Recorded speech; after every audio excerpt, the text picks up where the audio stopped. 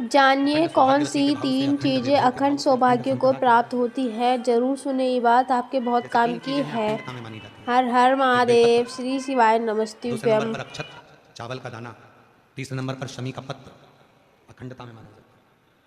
याद रखना। एक बेलपत्र एक ऐसी है कि अगर भगवान शंकर के मंदिर में शिव जी पर शिवलिंग पर चढ़ाई जाती है, भले वो वहीं से उठाकर धोकर क्यों ना चढ़ाई गई, तुम एक हफ्ते तक भी अगर मंदिर नहीं आए हो और अगर एक बेलपत्र तुमने, मान लो आज तुमने एक बेलपत्र चढ़ा दी और घर गए या रात को या दूसरे दिन तुम रजो धर्म से हो गए, रजस्वला हो गए, मंदिर नहीं जा सकती 5 दिन 6 दिन 7 दिन, या कहीं जाना पड़ गया, तो क्या कहते हैं कि हमारा जल चढ़ाने का नियम टूट गया। कोई कहता है मेरा ये पूजन खंडित हो गया।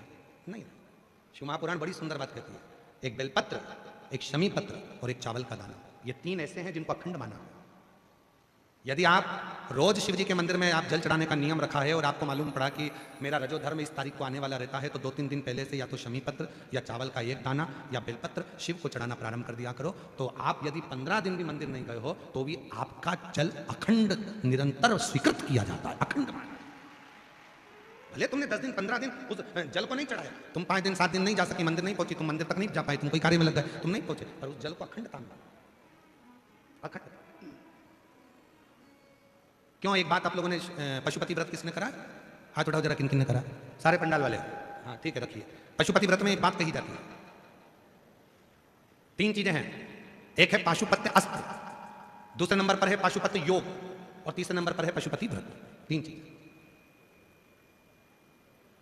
इसमें जो पशुपति व्रत होता है, इस व्रत में कथा में कहा जाता है कि आप लोग जब व्रत करो और 2 व्रत हो गए या आपको बीच में कहीं जाना पड़ गया या रजो धर्म आ गया या कोई काम आ गया, आप शादी में चले गए, फंक्शन में चले गए, बीच में आपका जो 2-3 व्रत छूट गए, उसके बाद वापिस व्रत करोगे, तो कई लोग कहते हैं हमारा खंडित हो गया। नहीं नहीं, खंडित नहीं हुआ। पशुपति व्रत 5 बाहर चले गए, देश विदेश चले गए, कोई रजो धर्म में चले गए, तो आप उस व्रत को नहीं करते हो, पर वो व्रत भले तुमने नहीं करा, पर इसके पहले तुमने जो शंकर जी की पूजन करी थी, इसके पहले तुमने जो पशुपति व्रत करा था, पिछले सोमवार को जो तुमने पशुपति व्रत करा उसमें जो बेलपत्री चढ़ाई, पिछले सोमवार को तुमने पशुपति व्रत करा उसमें जो चावल का दाना चढ़ाया, पिछले सोमवार को जो तुमने पशुपति व्रत करा उसमें भूल से भी तुमने अगर शमी पत्र या चावल का दाना या बेलपत्र कभी चढ़ाया है, तो वो व्रत तुम्हारे चाहे 15 सोमवार छूट गए, 5 सोमवार छूट गए, 3 सोमवार छूट गए, 4 सोमवार छूट गए, पर वो व्रत तुम्हारा अखंड कहलाता है। भले तुम उसको करो चाहे मत करो। फिर वापिस आते हो, वापिस आने के बाद फिर व्रत करते हो, अब तुम्हारा तीसरे नंबर का व्रत है, फिर चालू हो जाता है, चौथे नंबर का व्रत फिर हो जाता है, फिर कहीं जाना पड़ गया, फिर एक व्रत रह गया, फिर वो मान्य होगा, तो वो खंडित नहीं होता, खंडित।